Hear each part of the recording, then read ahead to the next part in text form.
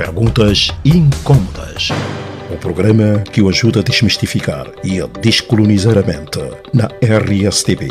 Aos sábados, quinzenalmente, com Solange Salvaterra Pinto.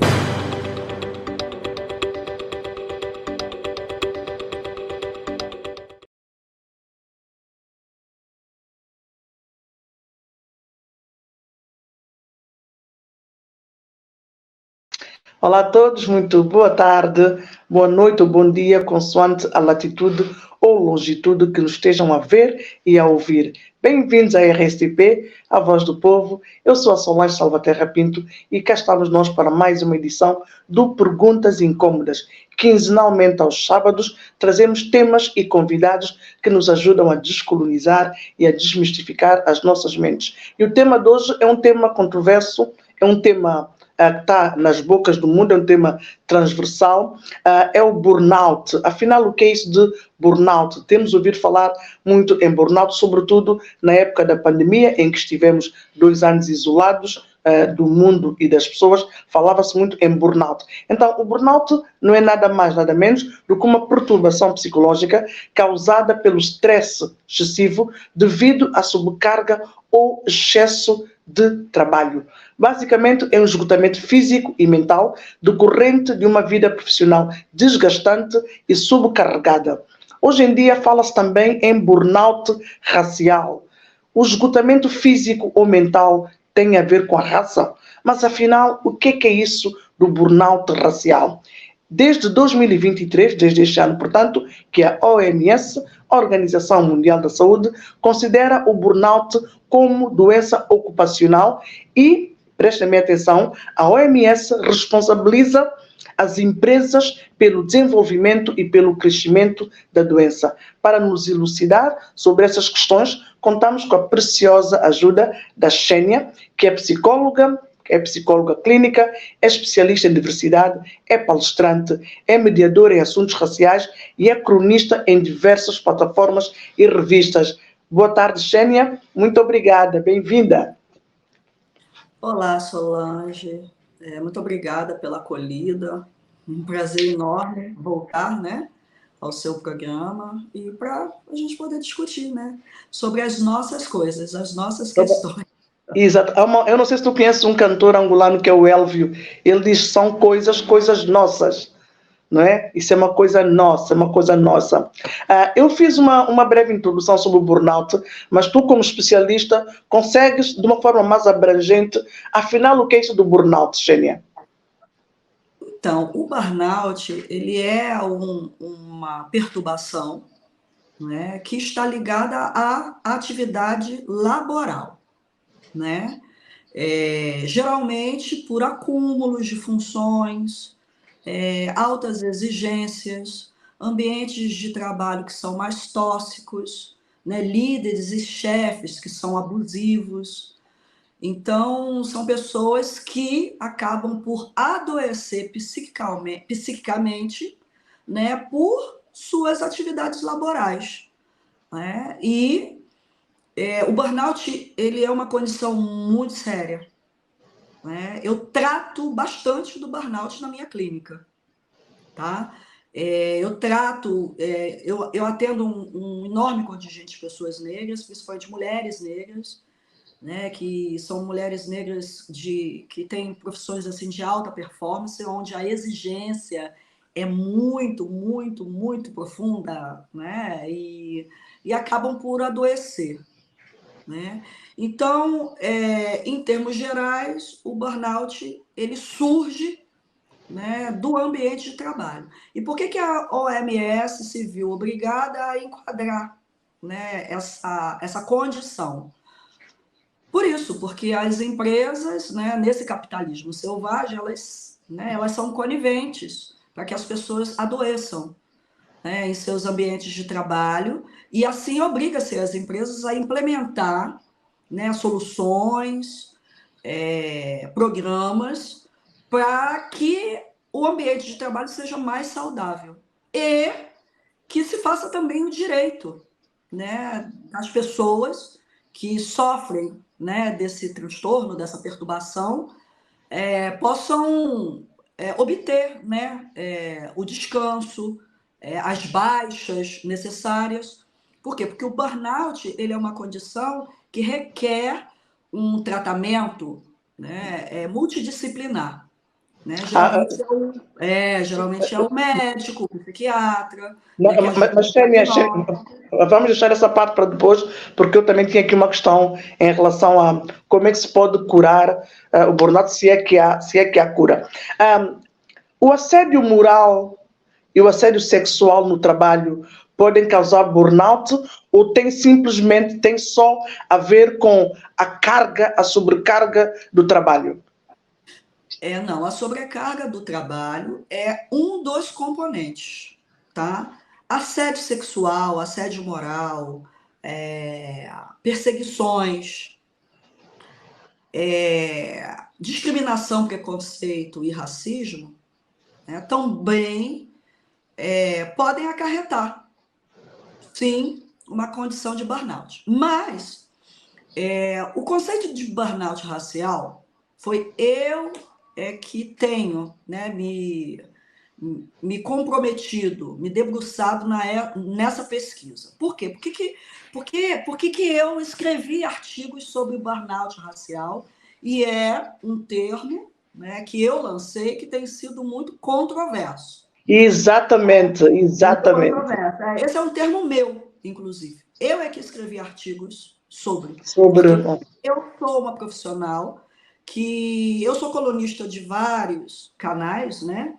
E dou muitas entrevistas, escrevo muitos artigos, mas tudo que eu escrevo é baseado na minha experiência enquanto uma psicóloga. Tá? Então, todos os fenômenos que são frequentes na minha clínica me chamam a atenção. E aí, eu, como uma profissional técnica, né, eu tenho um compromisso social de lançar uma discussão. Por quê? Porque se eu atendo constantemente pessoas negras que adoecem por conta do trabalho, tem alguma coisa de errada. Não é possível que todos estejam mentindo. Então, eu tenho que aprofundar e tenho que saber o porquê. Né? Então, o que eu notei? No relato de milhares de pessoas, porque eu tenho mais de 18 mil horas de atendimento no meu currículo. Eu atendo milhares de pessoas, já atendi milhares de pessoas e tenho clientes no mundo inteiro. Então, não é uma coisa só no Brasil, só Isso é uma coisa transversal, não é? Só em algum país do nosso continente mãe, ou aqui em Portugal. Não, é geral. Eu atendo negros radicados no mundo inteiro. E que, no entanto, chegam na clínica adoecidos por conta do trabalho. Só que são pessoas que eu notei que gostam da atividade laboral, são muito orgulhosas das conquistas, dos avanços, mas que tem um cansaço e um desgaste que não é necessariamente por acúmulos. Existe o acúmulo? Existe. Porque a gente tem que considerar que o corpo negro é o corpo trabalho, então pessoas negras tendem a serem entendidas como pessoas que podem, né, trabalhar mais. São fortes, não é? Aguentam tudo. Isso, E já existem pesquisas oficiais que revelam que pessoas negras, elas têm mais tendência a desenvolver o burnout. E aí eu fui pesquisar o porquê, baseado, né, nas experiências que eu ouço. Né? São experiências reais, de pessoas reais, trabalhadores reais, que saem de casa todos os dias para, né, enfim, garantir o seu sustento. E também, né, ter uma realização profissional, porque a gente sabe que o trabalho, ele é um organizador da nossa identidade, da nossa vida. Ele é uma dimensão extremamente importante. Né? A gente fala, né, quando a gente se apresenta, a gente diz o nosso nome e o que a gente faz. Exatamente. E porque, Xênia, não querendo fugir ao tema, por que nós temos tendência em dizer eu sou a Solange Salvaterra Pinto e trabalho nisso, ou sou isso, ou faço aquilo? Por quê? Porque isso faz parte da construção da nossa identidade. Porque o ser humano, né, ele se vê o sujeito, né? O sujeito, ele tem a tendência de precisar se ver útil, né? Produtivo, num contexto social. E a gente sabe que tem hierarquizações, né, sobre o trabalho. Né? Quando você tem um trabalho bom, por exemplo, um trabalho que é socialmente considerado bom, privilegiado, a gente costuma encher a boca para dizer, né? Não, eu sou fulano e faço isso. Exato, Né? sim. E a gente pode notar que pessoas que ocupam, né, atividades laborais que não são vistas assim, privilegiadas socialmente, né, as pessoas elas têm mais constrangimento, inclusive, né, de revelar em que trabalham, enfim. Então, o trabalho é um organizador, ele faz parte da nossa construção de identidade e ele tem uma extrema importância, sim. Se eu respondi a sua pergunta. Sim. Muito bem. Sendo que o burnout, uma das causas é a questão do trabalho, pode-se considerar que os estudantes também podem ter burnout também? Os estudantes podem ter burnout, porque não é trabalho, não é o trabalho laboral, não é aquele trabalho que ficam à espera no final do mês para oferir um trabalho, mas também tem ali também um esforço mental, não é? Ir às aulas, assistir às aulas, fazer os testes, passar de ano, responder às expectativas dos pais, dos professores, às nossas próprias expectativas. Os estudantes também podem ter burnout? Sim, podem. Né? Só não tem um nome, né? Burnout estudantil? Não. Sim, porque o estudo ele é um trabalho, ele é uma preparação para o ingresso na vida profissional. Então, ele já é um trabalho, embora não seja considerado. Né? Você pode perceber que estudantes de pós-graduação, eles, né, têm programas de bolsas, de remuneração. Para quê? Para que esses estudantes eles possam exclusivamente se dedicarem aos estudos, à pesquisa, né? Ao desenvolvimento intelectual, né? E científico. Então, o estudo ele é um trabalho, porque ele é uma preparação, em uma certa medida, né, da entrada desse jovem, não só jovens, né, porque, enfim, todas as pessoas de todas as idades estudam. Né? Isso aí, o estudo ele pode estar presente em qualquer período da vida. Só que aí a gente entra naquela disputa, que a OMS reconhece o burnout como, né, uma perturbação da atividade laboral. Por exemplo, a gente fala de burnout materno, né, de burnout social. Né? Eu, por exemplo, né, lancei esse desafio da gente discutir o burnout, né, racial. Né? Então, são termos, né, que recebem crítica. Mas o que eu acredito? Eu acredito que conceitos eles estão abertos. Assim como a OMS agora, né, depois de muito tempo, reconheceu o burnout, né, por uma questão estratégica para garantir direitos dos trabalhadores, direitos mínimos dos trabalhadores, por que não amanhã a gente não pode também fazer outros tipos de avanços? Então, os conceitos eles são abertos, né? Eles podem ser complementares, a gente pode discutir outros assuntos, por quê? Porque nós estamos no mundo da linguagem, a linguagem dá sentido. Então, é muito importante nomear os fenômenos, sabe? Então, tem muitas críticas, por exemplo, agora tem racismo para tudo. Tem racismo institucional, tem racismo estrutural, tem racismo afetivo, tem né, burnout racial. Né? Mas isso tudo serve para nos localizar, sabe? Dentro dos fenômenos. É importante nomear, e especialmente dentro da atividade clínica, quando as pessoas vêm para o consultório, para os seus processos psicoterapêuticos. Porque nós, psicólogos, nós trabalhamos com linguagem, né? Com sentido. Com sentido. É um espaço que a gente tem, onde há a possibilidade da gente nomear emoções, nomear fenômenos. Então, as pessoas, às vezes, passam por situações, né, que elas não sabem nomear. E, a partir da nomeação, tudo faz diferença. Então, começa a fazer sentido. É muito importante. Então, se você me permite, eu vou explicar o porquê que eu decidi escrever e pesquisar e me aprofundar sobre o burnout racial. Inclusive, depois que eu soltei o artigo, eu recebi muitos convites para palestras em empresas. Por quê? Por quê? Porque há necessidade. Né? A gente tem que entender que há um social que lança demandas. E nós temos, né, enquanto profissionais de saúde, temos o compromisso, né, de dar conta dessas demandas, de encaminhar essas demandas. Então, o burnout racial... Xânia, antes de tu prosseguires com os teus argumentos, responde só uma coisa. Imagina que eu vou ao teu consulta, eu não sei aquilo que tenho, só sei que estou extremamente cansada, que quando chego até em casa com os amigos, não estou 100%, mas digamos que estou a 50%. Mas quando chego ao meu local de trabalho, não me sinto bem, não é? Sinto calafrios, não estou sossegada, não quero trabalhar. Ou seja, quando eu vou ao teu escritório, ao teu consultório, perdão, é justamente isso que os pacientes contam. Não sabem explicar, mas só sabem que há um grande mal-estar no local do trabalho, é isso?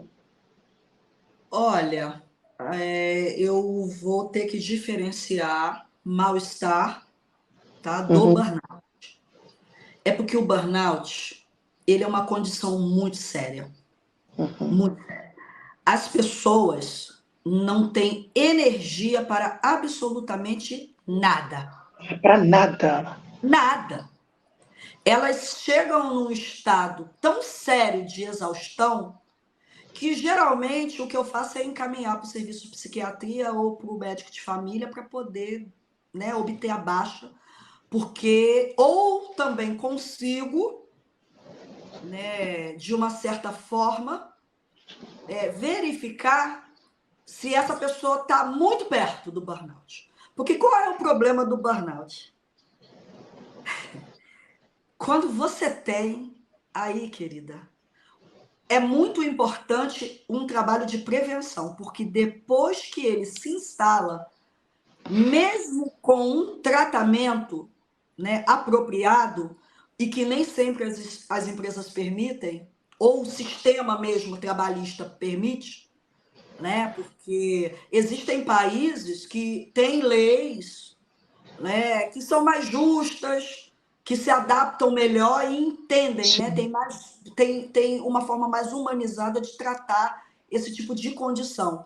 Outros países não, né? As pessoas, elas geralmente não podem ficar muito tempo afastadas do trabalho e, por exemplo, depender de uma segurança social, aqui em Portugal, por exemplo. Sim. Né? Onde há uma redução drástica do salário. O salário, né? exato. Por exemplo, eu tenho clientes na Holanda, na Bélgica, em Luxemburgo, né, que puderam estar em casa mais de 6 meses, ou até 1 ano, sabe? Tendo um atendimento multidisciplinar apropriado para que essa pessoa volte ao trabalho em condições de dar conta do trabalho. Aqui em Portugal, por exemplo, é muito complicado, porque, né, a pessoa se vê obrigada a ter que voltar para o trabalho. Exatamente. Porque tem um certo período em que a empresa arca, né, com o salário, né, durante a baixa, mas depois de um certo período, quem cuida disso é a Segurança Social e existe uma redução drástica do salário. E como é que a pessoa vai se sustentar? Então, dependendo do caso, muitas vezes, até com frequência, ela não tem nem tempo para cuidar da saúde mental de uma forma apropriada e voltar para o trabalho, né, mais recuperada, digamos assim. Então, existem nuances, né? Um desconforto com o trabalho é muito diferente de um burnout. E depois que tem, querida, qualquer situação mais estressante, a pessoa corre o risco de ficar novamente adoecida e sobrecarregada. Bem adoecida. É incrível. Quando tem, acabou. O bom é a prevenção. É a prevenção. Muito bom. Então, podes vir dizer aquilo que ias dizer. Então, o que eu notei? Notei que pessoas negras, né, com conquistas profissionais assim tão sonhadas, felizes com o trabalho, entraram num processo de adoecimento, não necessariamente por acúmulos, mas sim por por sofrer várias práticas, né, de racismo, de discriminação. E aí as pessoas, quando eu soltei o artigo, houve a crítica. Ué, mas qual é a diferença então? Então, burnout racial não existe. O que você está querendo dizer é que essas pessoas sofrem racismo institucional. Institucional, né? Então, é bom diferenciar. Né? O burnout, ele é um adoecimento. O racismo institucional, ele é um conjunto de práticas. Que pode adoecer também. De uma cultura institucional que segue a lógica do racismo estrutural dentro de uma sociedade racista. Então, são preconceitos, discriminações, hierarquizações baseadas na raça e que se repetem nas experiências laborais, nas experiências de trabalho. Então, o que acontece com as pessoas negras que adquirem essa condição do burnout racial? São pessoas que estão em ambientes, né, elas sofrem, né, de várias discriminações. Né? Geralmente são pessoas altamente qualificadas, que sofrem deslegitimização, várias práticas de silenciamento, sabe? Boicote, assédio, perseguições. Sabe? Então, não é necessariamente por um acúmulo de trabalho, e sim pelas condições que são impostas, né? O que vai interferir no seu trânsito, no seu desenvolvimento, né, de carreiras dentro de um ambiente, dentro de uma institucional ou empresarial. São pessoas que, por exemplo, vou dar um exemplo. Eu tenho uma cliente, né, altamente qualificada, né, com um cargo assim muito, muito, muito, muito top. Uma não, eu tenho vários, né? Que são mulheres negras. São mulheres negras que se deparam com mulheres brancas e homens brancos, né? Em que a postura dessas pessoas brancas são sempre de diminuição, de deslegitimização, de prática de silenciamento, por exemplo.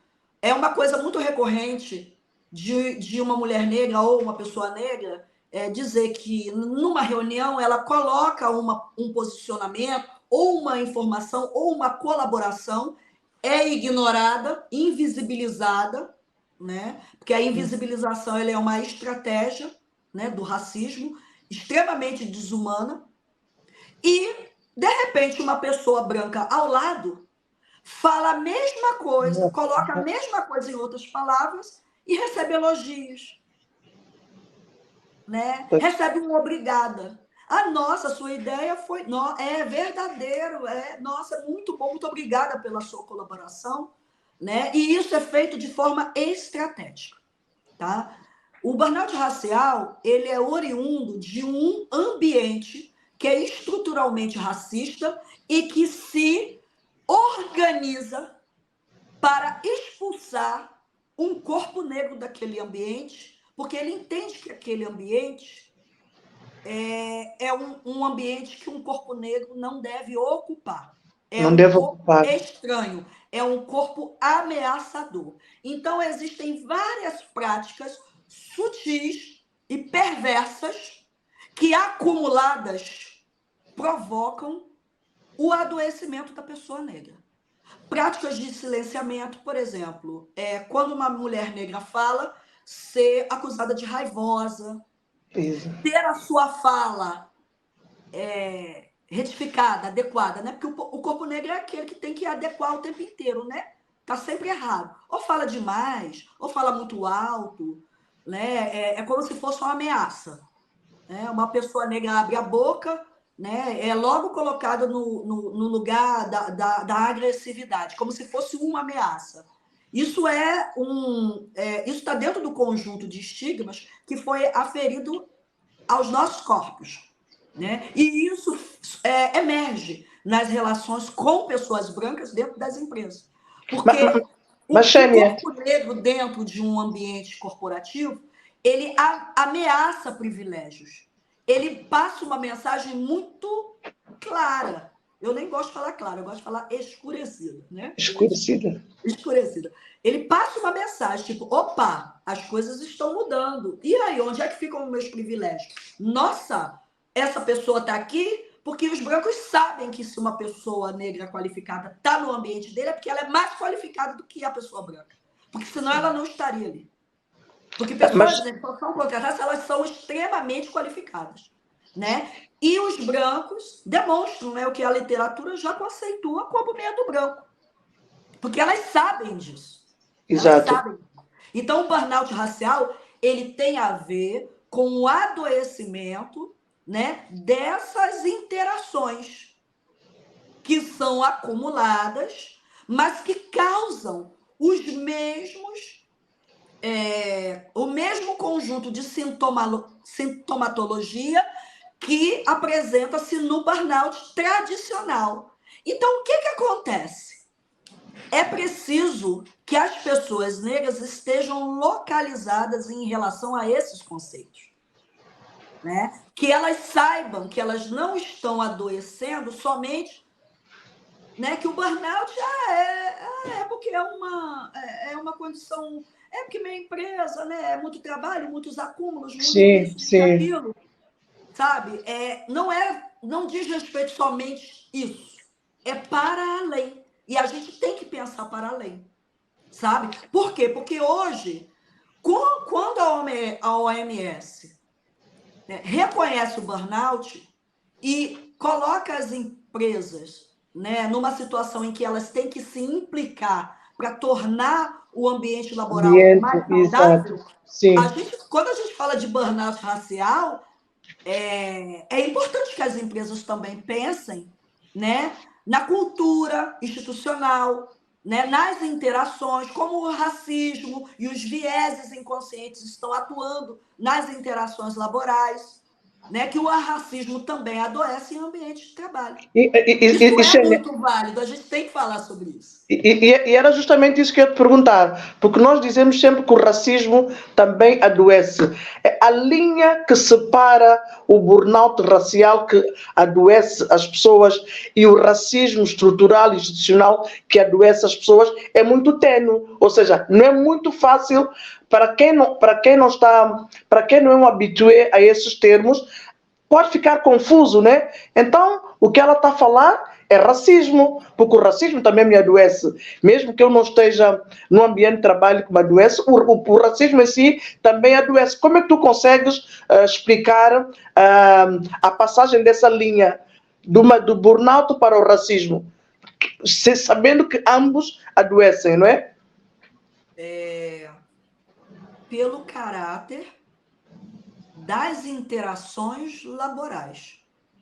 O racismo ele está presente, né, em todas as esferas da vida, né? Mas quando ele emerge nas interações laborais, isso é uma problemática. Por quê? Porque hoje a gente tem uma tendência das empresas, né, lançarem de programas de diversidade e inclusão, né, ganham prêmios para isso, né, tem programas famosos, né, existe agora um mercado que movimenta, né, o discurso da diversidade e inclusão e que, na prática, ele não acontece.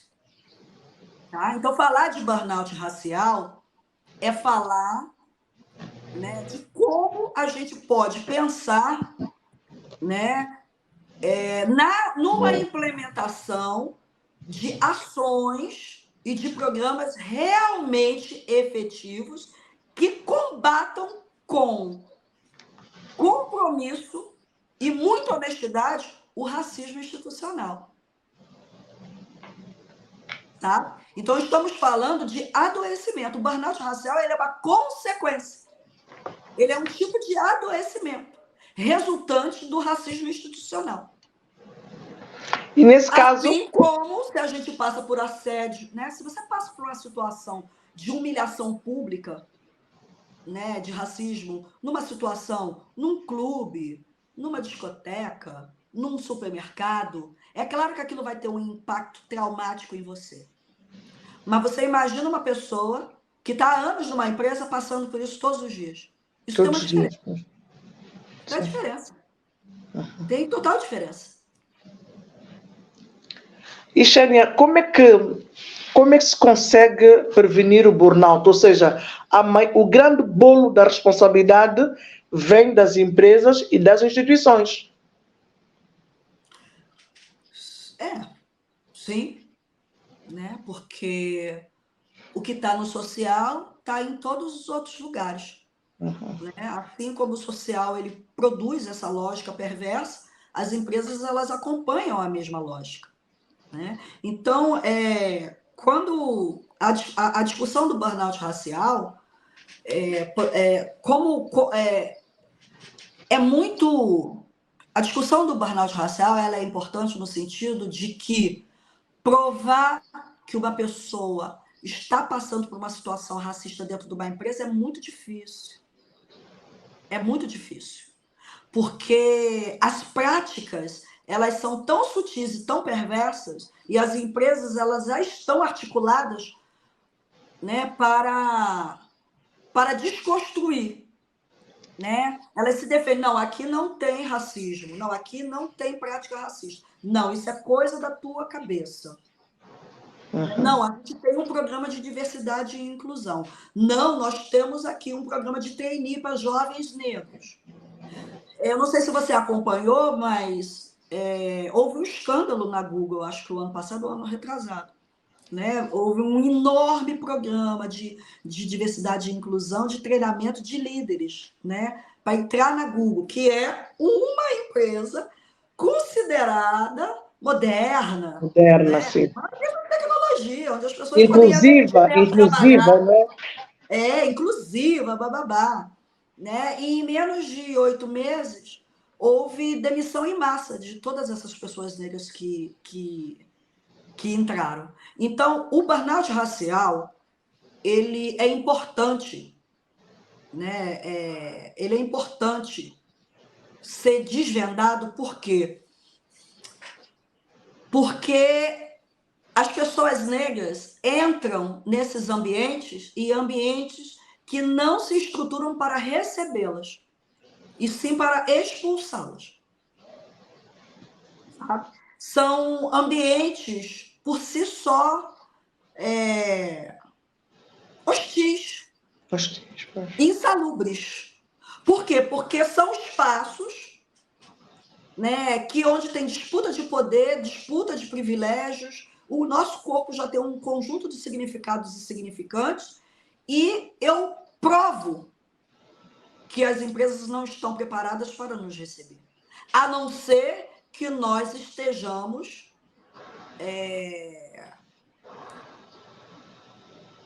assim, nós aceitamos estar sempre numa postura de subalternidade.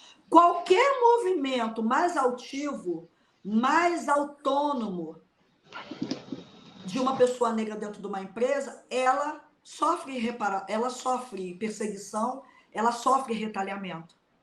Qualquer demonstração de saber, de intelectualidade, ela corre perigo, porque rapidamente ela é colocada no lugar da ameaça. Então, hoje temos um problema seríssimo dentro das empresas. As empresas não reconhecem, né, que o racismo adoece e que elas, por não reconhecer, elas acabam incentivando um ambiente em que se perpetue o racismo. Elas não cuidam das pessoas negras, porque quando eu trato no meu artigo sobre o burnout racial, eu trago um componente que é muito importante, faz toda a diferença entre o burnout racial e o burnout tradicional, né? O burnout tradicional. No burnout racial, temos uma base do sofrimento que é vivido pela pessoa negra, que é o desamparo. Ela vive todos esses ataques, todas essas situações de opressões, de discriminação. Ela recorre, pede ajuda dentro da empresa, dentro da instituição, e a ajuda muitas vezes é negada. Tudo que ela coloca é ignorado. Então ela se vê sozinha, porque também o colega do lado não apoia, né? Até o colega negro fica com medo de se colocar, porque as empresas, né, os brancos são muito violentos, né? Eles não têm problema nenhum de tirar o nosso sustento, de nos mandar embora. Eles não querem saber, né? E outra coisa, eles não querem admitir, né? Eles não querem admitir, né? A fragilidade branca é essa. Não querem admitir que eles fazem parte do problema, né? E perpetuam o problema o tempo inteiro, né? Mas eles não querem aceitar, porque quem é que quer ser racista? Ninguém. Todo mundo é, mas ninguém quer ser, né? Ninguém é. Né? Porque tem um amigo de cor, não é?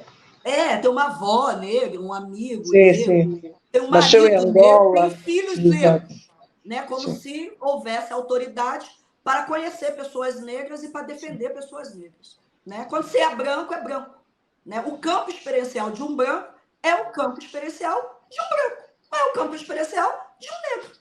Não tem como um branco, né, em nenhuma condição, ter acesso à experiência do que é ser negro no mundo. Não existe isso. Esquece. Entendeu? Senta, ouve e aprende. Não tem outro caminho, né? Mas muitas vezes essa arrogância e essa defesa extrema impede, né, para que a gente possa aprender juntos e, inclusive, evoluir, avançar juntos, né? Que é uma resistência muito grande das pessoas brancas. Muito bem. Então, a questão do desamparo é o ponto fundamental para o adoecimento e para a evolução do burnout racial. Tá? Por quê? Porque tem um conceito em psicanálise, né, que o Sandor Ferenczi lançou e depois isso foi estudado, né? Inclusive tem uma pesquisadora no Brasil que já fala sobre, né, incluída a questão racial, que é a situação do desmentido. O que é o desmentido da psicanálise? É você viver uma experiência e o outro desvalidar essa experiência. Desvalidar? Desvalidar a experiência. Você sofre o racismo e o outro diz, não, isso não é racismo, é coisa da não é racismo. Então o racismo ele também tem esse caráter de enlouquecimento, de nos colocar numa situação de loucura, de alienação, da gente às vezes duvidar se realmente foi ou não foi, sabe? Para você ver o quão perverso é. O sujeito, ele é sujeito porque ele é construído através das experiências. Imagina o quão perverso é você passar por uma experiência e vem uma pessoa branca e diz, não, essa experiência não existiu, vai ter coisa na tua cabeça. Ou seja, exatamente. Coisa na tua cabeça, tá ficando maluco? Pois. É violento. É desprezível. Completamente. Xênia, vamos fazer... Vamos ter que parar de fazer isso, porque é desprezível.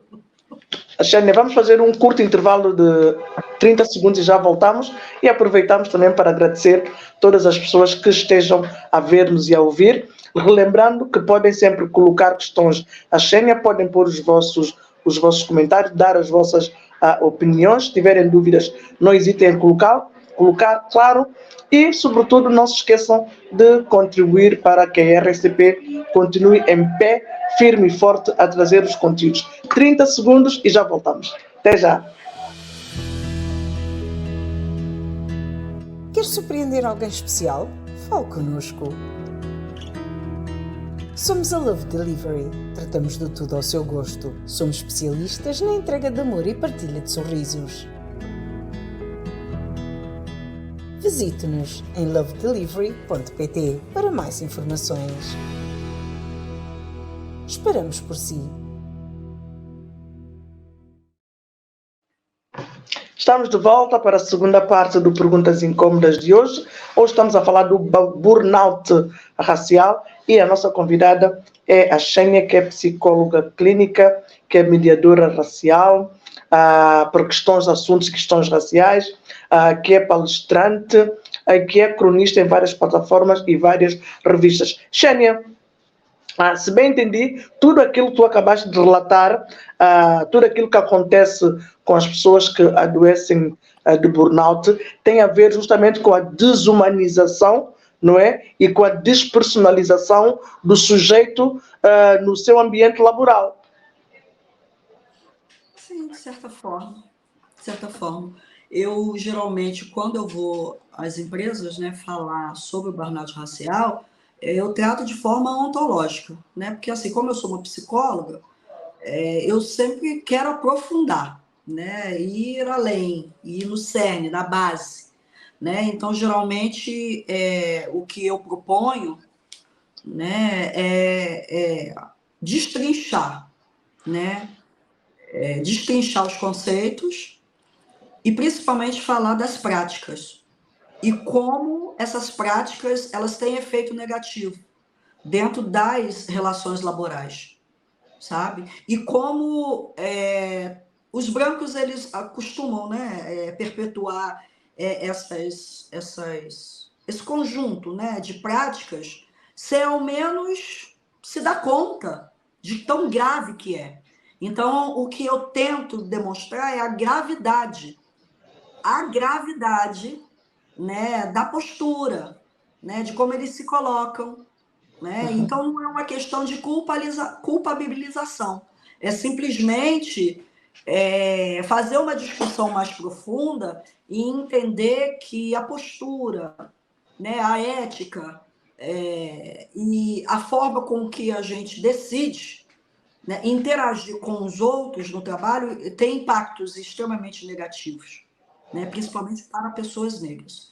E se realmente a empresa ela está comprometida com a mudança, né, são coisas que têm que se rever, né, com muita urgência. Então, eu falo, né, tem palestra de tudo, tem palestra de práticas de silenciamento, tem palestras sobre branquitude, né, tem palestra sobre privilégio, né, e o burnout racial eu trato de várias questões mais profundas, principalmente a questão do desamparo.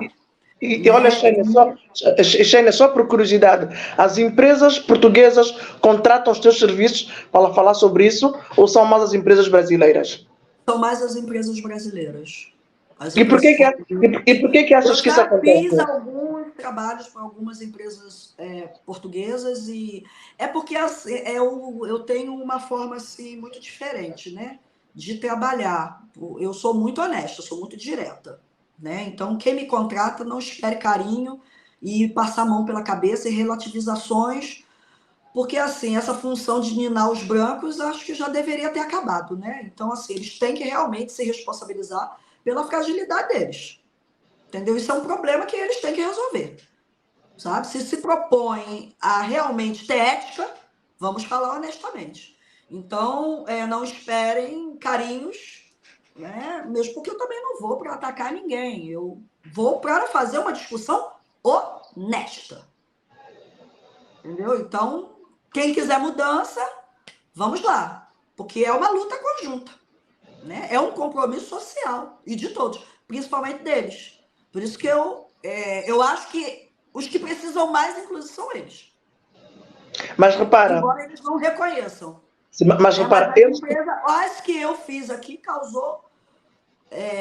assim, porque assim, são coisas que também não tem muito que negar, né? Fica tão evidente que causa muito impacto, né? Geralmente há um silenciamento, né? Um tempo para digerir as informações que são colocadas. E eu entendo que tem que ser digeridas mesmo, porque o que o racismo fez? O racismo fez com que nós conhecêssemos eles muito bem, mas como eles formaram um conjunto de estigmas sobre nós, não tiveram interesse em saber sobre nós. Então eles não sabem nada sobre nós. E aí é complicado, porque também é um grupo social que, historicamente, parte do suposto saber. Do saber sobre todo mundo e sobre todas as coisas. Quando eles se deparam, né, com uma expertise que eles não possuem, isso causa um constrangimento, causa mesmo um impacto, né? E eles ficam um pouco perdidos, eles não sabem muito bem o que fazer com isso, né? Embora a maioria reconheça, porque, enfim, está aí para todo mundo ver, não tem ninguém enganando ninguém. Shane, eu quando estava a fazer as minhas pesquisas para esse programa, eu vi alguém a fazer uma analogia, não era bem analogia, a pessoa dizia, o burnout é mais um termo moderno, é mais uma palavra bonita para definir o que todos já sabemos, que é a depressão. Burnout, depressão, tem alguma coisa a ver, totalmente errado? O que é que nos podes dizer? Um dos sintomas que as pessoas podem apresentar durante o burnout é a depressão. É um sintoma. É um transtorno, porque a depressão ele é um transtorno psicológico. Por exemplo, uma pessoa que evolui para um burnout, ela pode apresentar transtornos de ansiedade e transtorno depressivo. Ela pode ter comorbidade, entendeu? Apresentar mais de um transtorno, inclusive. Então, o burnout não é a depressão, né? O burnout ele é um conjunto de sintomatologias, né, que a OMS determina que é, né, uma condição médica que é oriunda do trabalho, né? Eu entendo o burnout racial, né, como também um conjunto de sintomologias, né, que tem, né, como pano de fundo, né, todas as experiências atravessadas pelo racismo dentro do ambiente de trabalho e que pode evoluir para muitas sintomatologias, né? A depressão é uma, os transtornos de ansiedade são outros, e aí vai. E nesse caso, em relação à cura, o que é que se pode fazer para curar dessa doença, do burnout? Olha, o burnout, quando ele se instala, as pessoas geralmente elas têm que ser afastadas do trabalho imediatamente. Tá? E isso é a maior dificuldade, de convencê-las a sair do trabalho. Principalmente pessoas negras. Por quê? Porque a gente tem um histórico de não priorizar a nossa saúde mental e a nossa saúde emocional.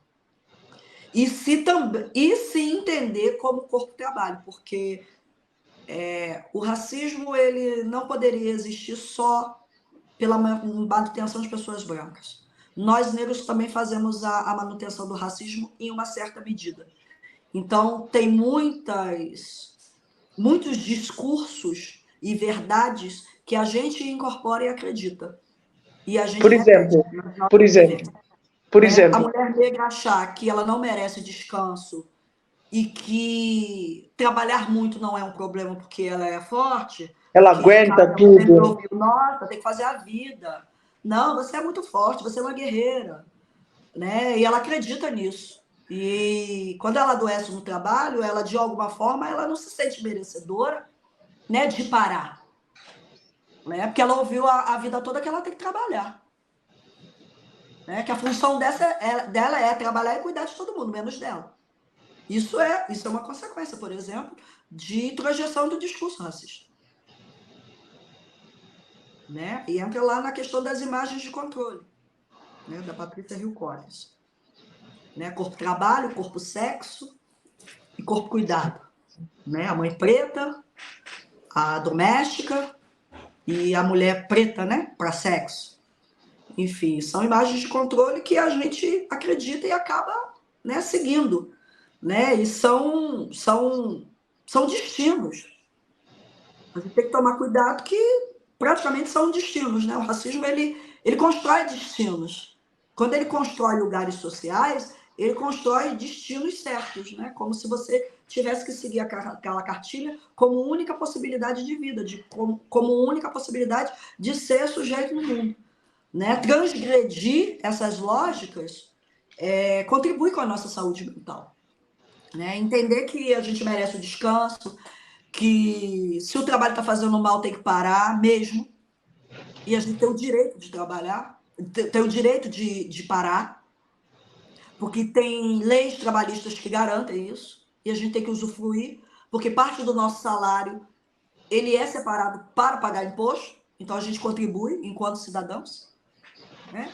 Então, assim, temos deveres, mas também temos direitos, que a gente tem que fazer valer. Então, tem que ser afastado do trabalho imediatamente, tem que ser atendido por equipe multidisciplinar, né? Ver se é necessário medicação ou não.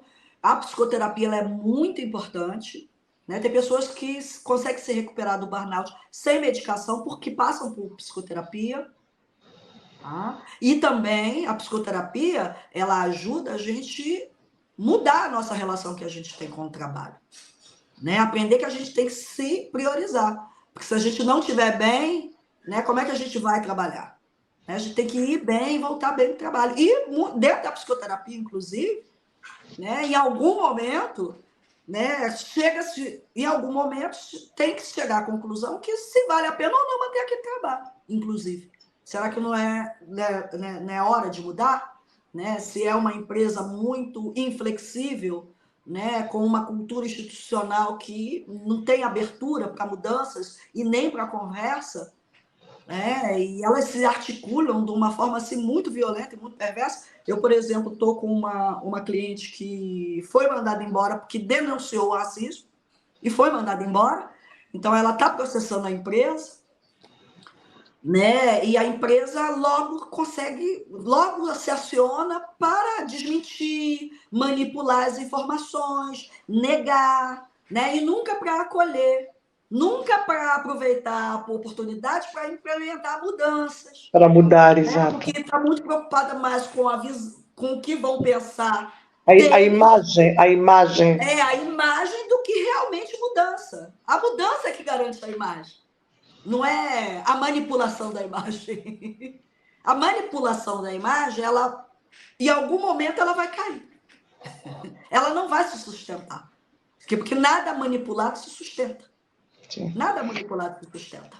Entendeu? O que se sustenta é a verdade, é o comprometimento, é a ética. É isso que tem sustento. Mas... Então, são questões assim muito sérias. Então, é isso. É isso. Tem que se afastar, tem que descansar mesmo, tem que se desligar. Eu atendo pessoas com burnout que mesmo durante a baixa, os chefes ficam enchendo a pessoa de mensagens para ela ficar dando conta de coisas do trabalho no momento em que ela está de baixa em casa, numa situação de saúde mental séria. Olha o abuso. Sim, mas, Xênia, agora entra uma outra questão. Todos nós sabemos que a saúde mental não é... Ou seja, só agora é que Portugal está a dar importância à questão da saúde mental, mas sabemos também que os cuidados para a saúde mental são caríssimos. Consultas com psicólogos são caras, não é? Porque o próprio Sistema Nacional de Saúde ainda não tem condições, nem tem recursos humanos suficientes para atender toda a gente. Como é que uma pessoa que tem burnout, não tendo capacidades financeiras suficientes, como é que ela se consegue curar, Xênia? Há uma outra maneira, sem ser com atendimento psicológico, psiquiátrico, com uma equipa multidisciplinar? Sim. Claro que não vai ser tão efetivo, né? Mas sim. Primeiro, a informação, né? Existem pessoas que elas não têm nem informações sobre os seus próprios direitos. Isso é grave. Então, a informação ela é fundamental. Então, para pessoas que realmente elas não têm condições de acesso, né, a informação é o mais importante, né? Saber dos próprios direitos, para fazer valer os próprios direitos, e a rede de apoio. Pedir ajuda mesmo, né? Conversar, falar com outras pessoas que passaram pela mesma coisa, né? Falar com a família, falar sobre o adoecimento, de como não está bem, né? Fazer com que o núcleo, né, mais próximo, né, possa se compadecer da situação e entender a gravidade. Porque, inclusive, quem passa por burnout pode adoecer a família inteira. Como Porque assim? se ela tiver numa situação deplorável, você imagine uma mulher que ela está numa situação de esgotamento tão profunda que ela não interage. Quando ela chega em casa, ela não interage com os filhos, com o marido. Durante o fim de semana, ela não tem vontade de fazer nada, ela só tem vontade de dormir. Ela abre mão do lazer da família, né? Da conjugalidade, da maternidade. Né? Você imagina, de repente, uma mãe desaparece, ela está lá, deitada no sofá, jogada, na frente da televisão, catatônica. Né? Como é que ficam os filhos? Né? Né, isso acontece, né? Acontece. Né? Então, isso não. E aí a gente fala do burnout, né, da pessoa, mas ele vai para além de um problema individual. Para além de um problema individual. Né? Quem sofre burnout, isso é um problema na família, muito sério, inclusive. Né? Quantas mulheres chegam aqui, sabe, que não aguentam nem ouvir a voz dos filhos do marido, assim como os homens também, né, se isolam. E as outras questões, né, que envolvem, às vezes, com bebidas, substâncias, né, psicoativas. Tem outros desdobramentos. Por exemplo, pessoas que não têm acesso né, a um serviço psicoterapêutico, geralmente lança para o álcool. A gente vê isso com muita frequência.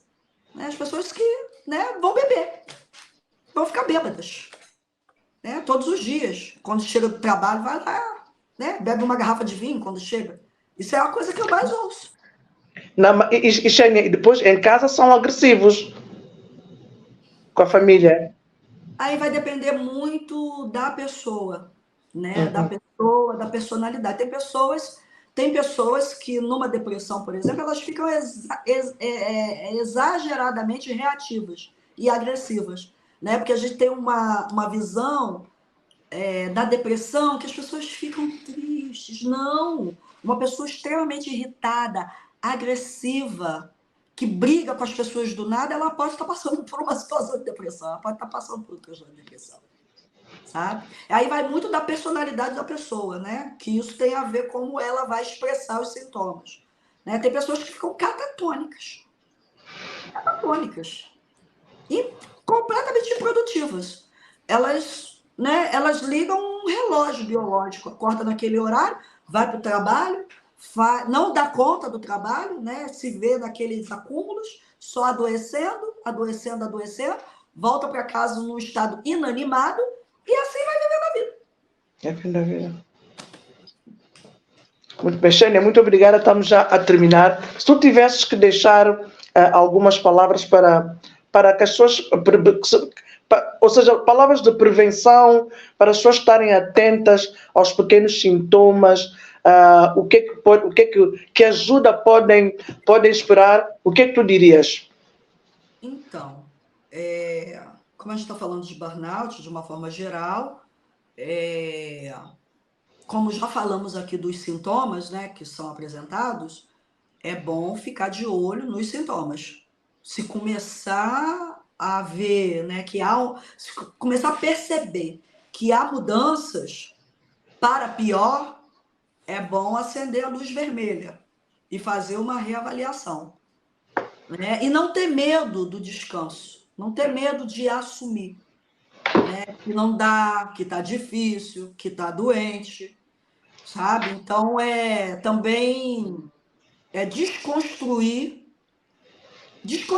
né, essa coisa de que tem saúde mental, a questão da saúde mental é algo que não pode ser demonstrado, né? É uma fraqueza.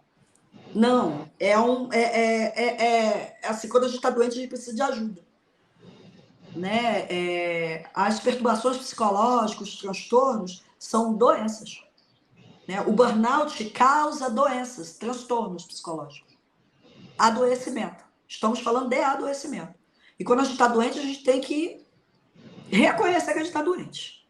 Né? E começar a implementar, né, soluções para resolver os problemas.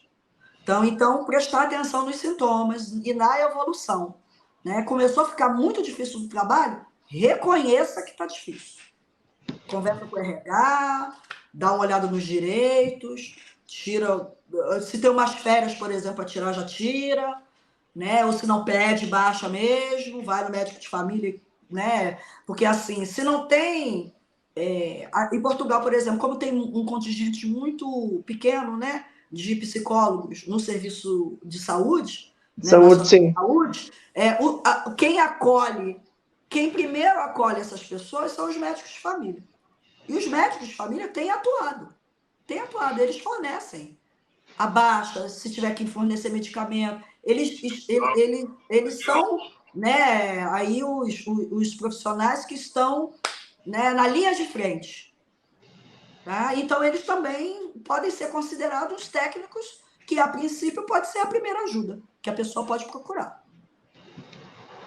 Ok. Xênia, olha, muito obrigado. Saí daqui bem mais esclarecida em relação a esse tema.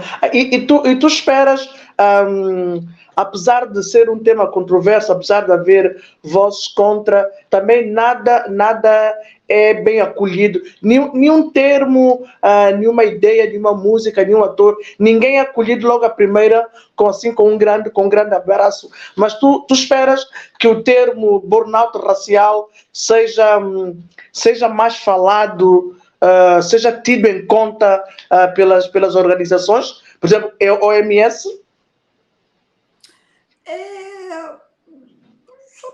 Olha, eu não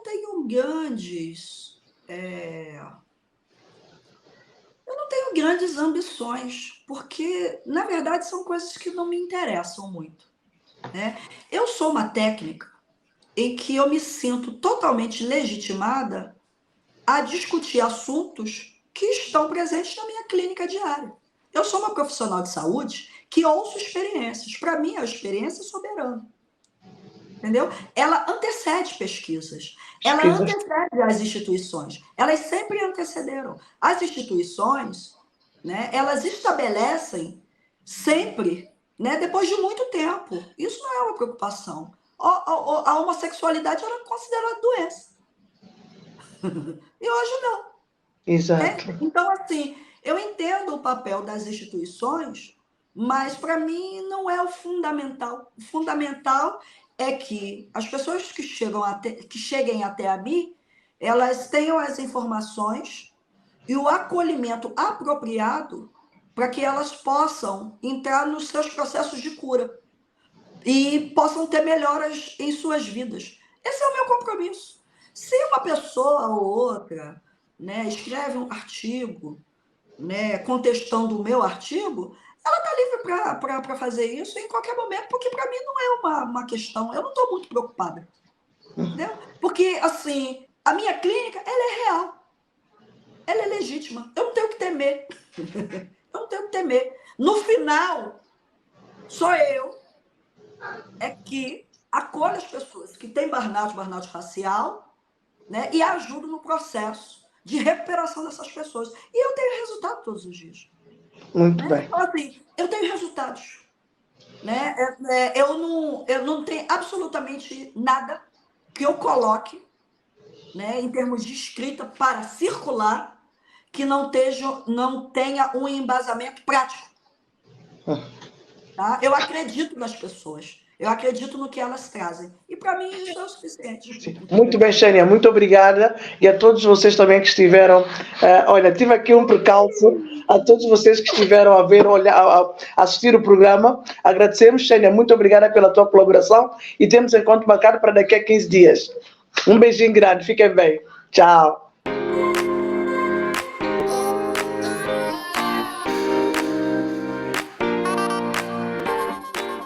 Há 45 novas peças de roupas foram parte da nova coleção de moda da estilista são-tomense Antonita Almeida.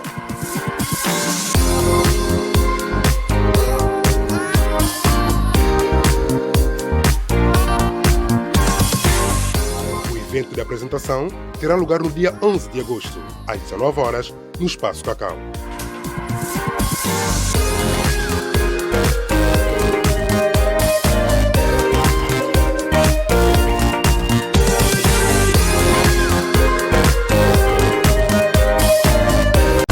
Perguntas incômodas. O programa que o ajuda a desmistificar e a descolonizar a mente na RSTV. Aos sábados, quinzenalmente, com Solange Salvaterra Pinto.